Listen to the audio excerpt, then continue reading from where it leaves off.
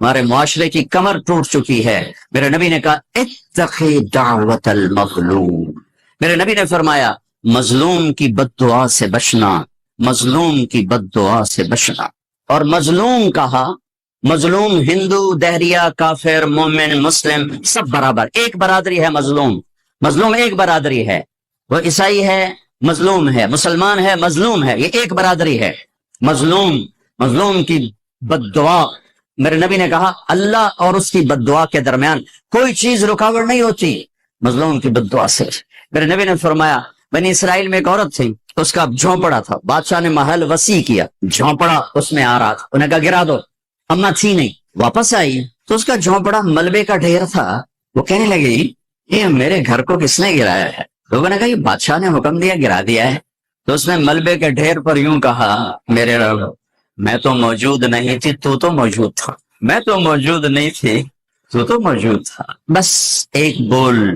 تو وہیں کھڑے کھڑے اللہ نے اس بادشاہ کو اس کے محل سمیت زمین میں دھنسا دیا. ایک دھماکے کے ساتھ زمین پھٹی اور بادشاہ اپنے لشکر سمیت محل سمیت زمین کا نوالا بن گیا. یہ اللہ ہے. اور میرے نبی نے فرمایا تھا وَارْتَفَتِ الْأَصْوَاتُ فِي الْمَسَاجِدِ، مسجدیں بھڑک اٹھیں گی. اور کیا ہوگا؟ وَظَهَرَتِ الْقَيْنَاتُ وَالْمَعَازِفُ، موسیقی کی محفلیں قائم کی جائیں گی، گانا بجانا تہذیب بنے گا. وَلُبِسَ الْحَرِيرُ، مرد ریشم پہنیں گے. وَشُرْبَتُ الْخُمُورُ، اور شراب پی جائے گی، شراب کی محفلیں سجائی جائیں گی. وَلَانَ آخِرُ هَذِهِ الْأُمَّةِ أَوَّلَهَا، اور آج کے لوگ پہلے لوگوں کو بے وقوف کہیں گے، جاہل کہیں گے، ان پڑھ کہیں گے کہ جب میری امت یہ کام کرے گی فَلْيَرْتَقِبُوا عِنْدَ ذَلِكَ رِيحًا حَمْرَاءَ، پھر موسم کے تیور بدل جائیں. زمین بھی تیور بدل رہی ہے، فلک بھی آنکھیں دکھا رہا ہے. پھر ہوائیں پاگل ہو جائیں گی، بجلیاں کڑکنے لگیں گی، بے موسم کی بارشیں، فصلات کیا انسان بھی بہا کے لے جائیں گے. وَخَسْفًا وَقَذْفًا، اور زلزلے آئیں گے اور آسمان سے اللہ کی ناراضگی کے دروازے کھولیں گے. جیسے تسبیح کا دھاگا ٹوٹتا ہے اور دانے ٹپ ٹپ ٹپ ٹپ ٹپ ٹپ ٹپ ٹپ زمین پہ گرتے ہیں، اس طرح اللہ کی ناراضگی کی نشانیاں اوپر نیچے اوپر نیچے اوپر نیچے آتی رہیں گی آتی رہیں گی آتی رہیں گی، یہاں تک کہ تم لوٹو اپنے اللہ کی طرف، واپس جاؤ اپنے اللہ کی طرف. میرے بھائی بہنوں، آپ بڑے عالی شان پیشے سے ہیں. عدل ووضع المیزان، پہلے اللہ نے کہا میرا عدل دیکھو. ووضع المیزان، پہلے میرا عدل دیکھو. اس کائنات کو اتنے عدل کے ساتھ چلا رہا ہوں کہ 1 ملی میٹر کی گنجائش کوئی نہیں دائیں بائیں ہونے کی، اور 1 سیکنڈ کی گنجائش کوئی نہیں آگے پیچھے ہونے کی. یہ زمین، ایک مثال دیتا ہوں، ووضع المیزان کی ایک مثال دیتا ہوں. ہماری زمین 24,000 کلومیٹر گولائی میں ہے. یہ ہر 1 سیکنڈ میں سورج سے 2.5 ملی میٹر، سینٹی میٹر نہیں، 2.5 ملی میٹر سورج سے دور ہو جاتی ہے ہر سیکنڈ. صرف 3 مائکرو میٹر کا فرق پڑ جائے، یہ 3.5 کی 2.5 کی بجائے یہ 2.8 ہو جائے، 2.8 ہوگا ٹھیک، یا یہ 2.2 ہو جائے، 3 مائکرو میٹر زیادہ ہو جائے یا کم ہو جائے، تو چند ہفتوں میں یہ سارا ہمارا جو سولر سسٹم ہے یہ تباہ ہو جائے گا، تباہ ہو جائے گا. 2.5 نہیں، 2.8 2.8 ملی میٹر یہ سورج سے دور ہوتی ہے. یہ 3.1 ہو جائے یا 2.5 ہو جائے تو یہ ہمارا سارا سولر سسٹم تباہ ہو جائے گا. وَوَضَعَ الْمِيزَانَ، اپنے رب کا ترازو دیکھو. اللہ تطغوا فی المیزان. اب تمہیں کہہ رہا ہوں تم بھی اپنے ترازو کو صحیح تولنا، قلم کو صحیح چلانا، فیصلوں کو صحیح کرنا، ورنہ جیسے زمین ذرا سا ادھر ادھر ہو تو کائنات تباہ ہو جائے گی. جب تم عدل کے ترازو سے ذرا ادھر ادھر ہو گئے. والصلاة والسلام على رسوله الكریم وعلى آلہ واصحابہ اجمعین. میرے محترم بھائی اور دوستو، ایک چیزوں کی خوبصورتی ہے، جیسے یہ مسجد بڑی بیوٹیفل خوبصورت. ابھی ہم گاڑی میں آئے، جس ساتھی کی تھی بینٹلے گاڑی، بڑی خوبصورت، گھڑیاں، گاڑیاں، سڑکیں. لیکن ایک خوبصورتی لائف کی ہوتی ہے کہ لائف بیوٹیفل ہو، لائف اندر ہوتی ہے، وہ بینٹلے میں نہیں ہوتی، وہ رولز رائس میں نہیں ہوتی. وہ بڑے گھروں میں نہیں ہوتی، بڑے کاروباروں میں نہیں ہوتی، زندگی اندر چلتی ہے۔ جب وہ نکلتے ہیں تو ہم ڈیڈ باڈی ہو جاتے ہیں۔ کوئی نہیں کہتا مولانا طارق جمیل، کہیں گے ڈیڈ باڈی، یا ہمارے یہاں کہیں گے میت۔ زندگی کیسے خوبصورت ہو، زندگی پیسے سے نہیں ہوتی، شکلوں سے نہیں ہوتی، کسی دنیا کی چیز سے لائف کی بیوٹی کا کوئی تعلق ہے۔ اور جب تک لائف میں بیوٹی نہ ہو تو کوئی چیز مزہ نہیں دیتی۔ کیا لطف انجمن کا جب دل ہی بجھ گیا ہو، 100 بار چمن مہکا، 100 بار بہار آئی، دنیا کی وہی رونق، دل کی وہی تنہائی۔ تو زندگی کو خوبصورت بنانے کے لیے اللہ نے ایک آیت ہمیں سنائی، ایک آیت، لقد کان لکم فی رسول اللہ اسوۃ حسنہ۔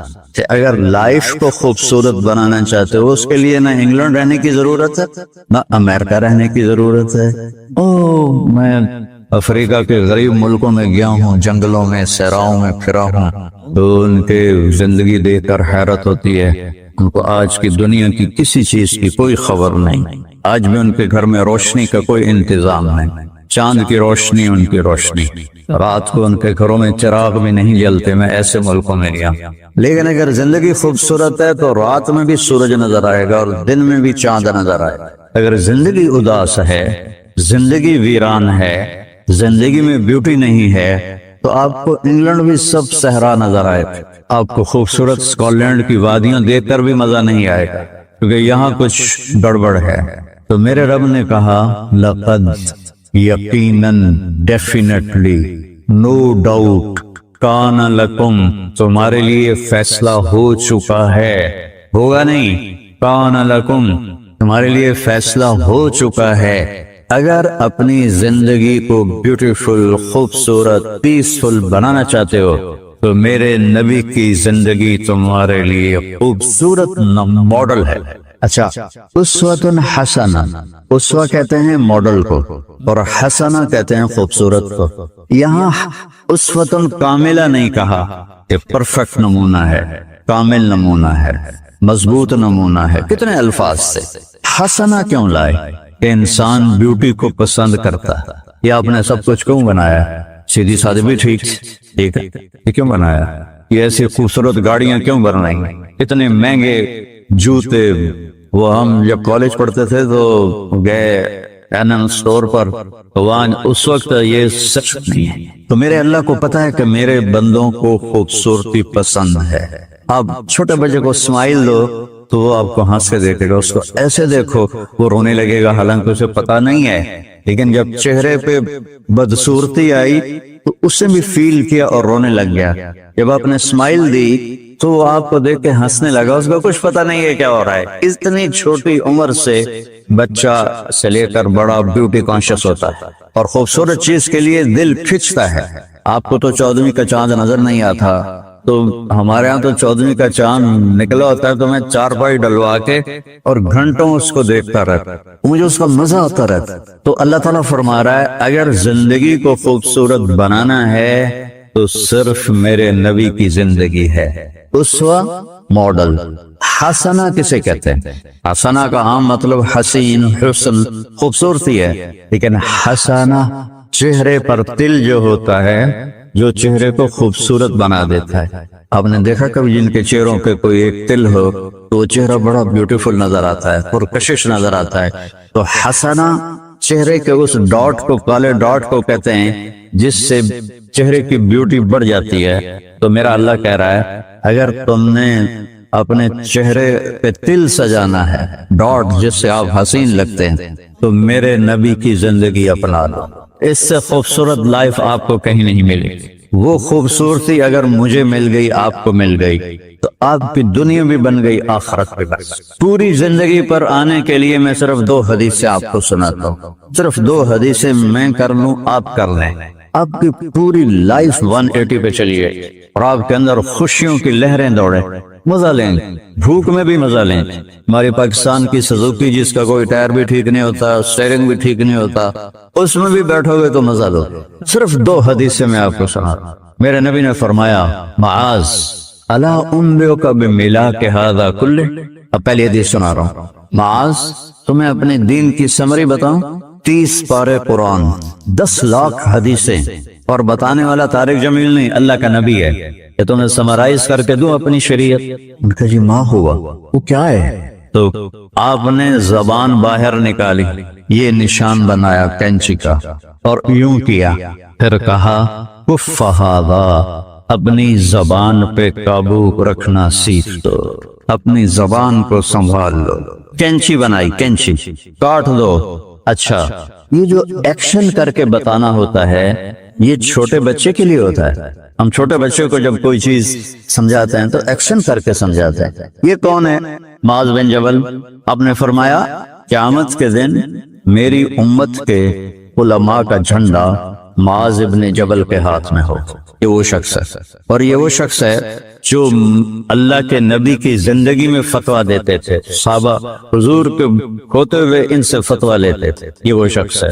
یہ وہ شخص ہے 1,24,000 صحابہ میں واحد آدمی ہے جس کو آپ نے کہا یا معاذ انی احبک، اے معاذ میں تم سے پیار کرتا. واحد اکیلا. اور میں کوئی 7-8 سال پہلے اردن گیا تو میں اربدن کی قبر کی زیارت کے لیے گیا. میں جب انٹر ہوا اس وقت ان کو وفات پائے 1418 سال ہو چکے تھے. 1418 سال ہو چکے تھے. میں ان کے قبر پہ کھڑا ہوا، خوشبو ہی خوشبو تھی. قبر پہ کپڑے پڑے ہوئے تھے. میں سمجھا یہ چادروں سے خوشبو آ رہی.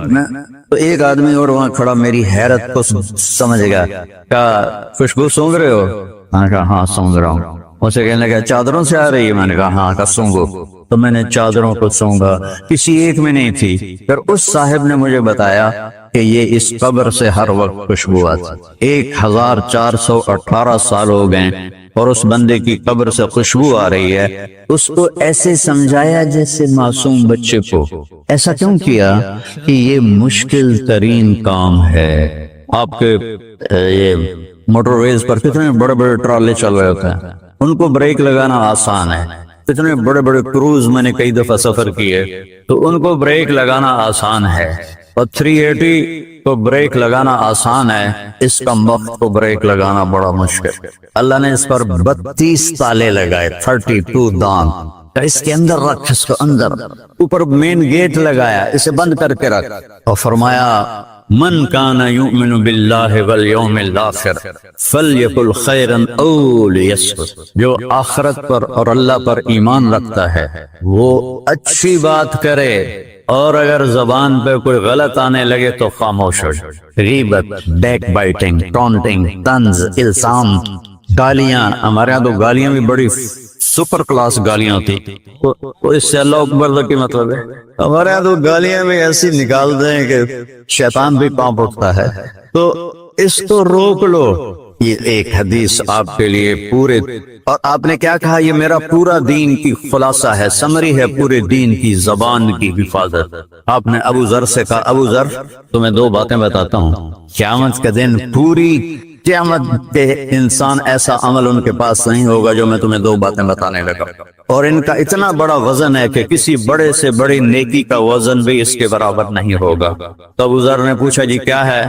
فرمایا ایک اچھے اخلاق اور ایک زبان کی حفاظت. ابو ذر مہینہ کسی سے بات نہیں کرتے تھے. پورا مہینہ گزر جاتا تھا کسی سے بات نہیں کرتے تھے کہ زبان سے کوئی غلط بول نہ نکلے. یہاں گھروں میں لڑائیاں کیوں ہیں؟ زبان کا بول ہے. یہاں بچوں کی طلاقیں کیوں ہو رہی ہیں؟ زبان کا غلط بول ہے. ماں باپ کیوں ہرٹ ہو رہے ہیں؟ اولاد کی بدتمیزی اور زبان کا بول ہے. زبان کا بول سینہ کاٹ کے رکھ دیتا ہے. ہمارے پاکستان میں نا بسوں کے پیچھے عجیب جملے لکھے ہوتے ہیں. تو چکور ایک پرندہ ہے، میں نے زامبیا میں دیکھا، جنگل میں مجھے انہوں نے دکھایا. بڑی خوبصورت چال چلتا ہے، ایسے بڑا مست ہوتا ہے. تو جب کوئی نئی بس ہوتی ہے تو اس کے پیچھے لکھا ہوتا ہے ویٹ ڈور چکوری دی. تو چکوری کی چال دیکھو، بس کو چکوری بنا دیا اور چکوری جا رہی. جب پرانی ہوتی ہے تو لکھا ہوتا ہے ہارن دے کر پاس کرے. جب تھوڑی اور پرانی ہوتی ہے تو لکھا ہوتا ہے یا پاس کر یا برداشت کر. اور جب وہ اور پرانی ہوتی ہے تو اس کے پیچھے ایک ملنگ بنا ہوتا ہے، لکھا ہوتا ہے نہ چھیڑ ملنگان.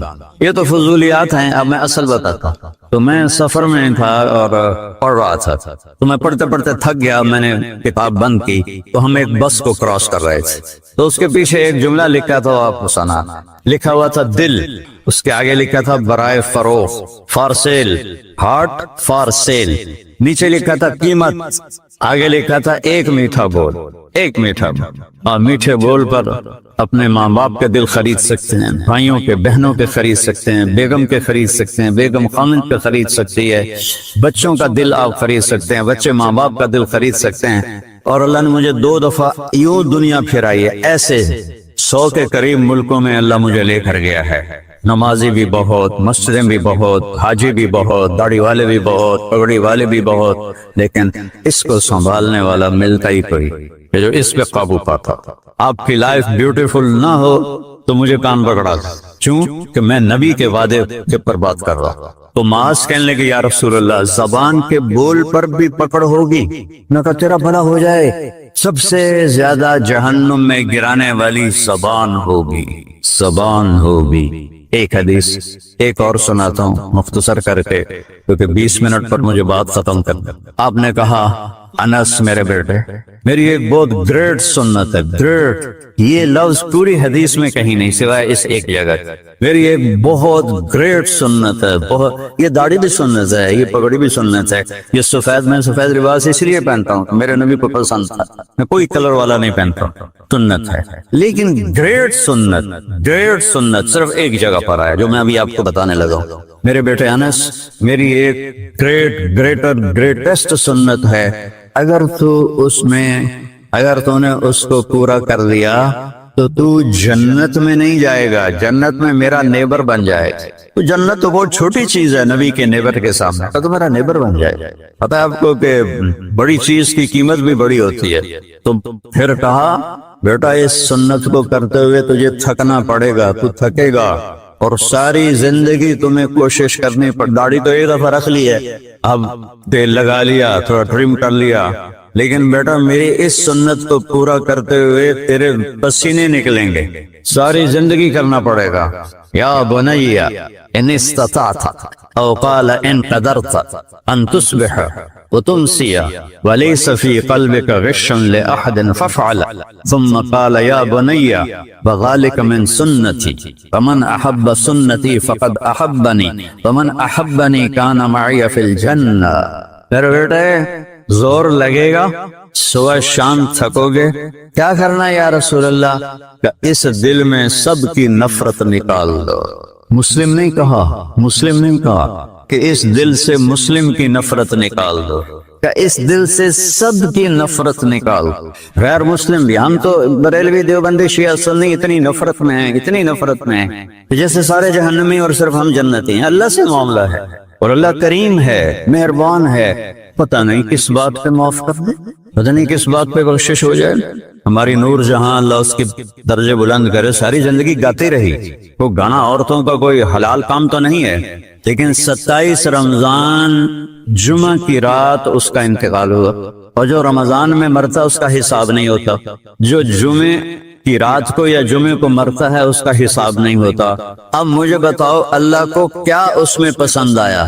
کبھی کسی کے گناہ کو دیکھ کر اس سے نفرت نہ کر، کبھی کسی کی برائی دیکھ کر یہ تو چھوڑا اس کو، تو وہ تو انسان ہی نہیں ہے، بس اپنے من میں ڈوب کر پا جا سراغ زندگی، تو اگر میرا نہیں بنتا نہ بن، اپنا تو بن۔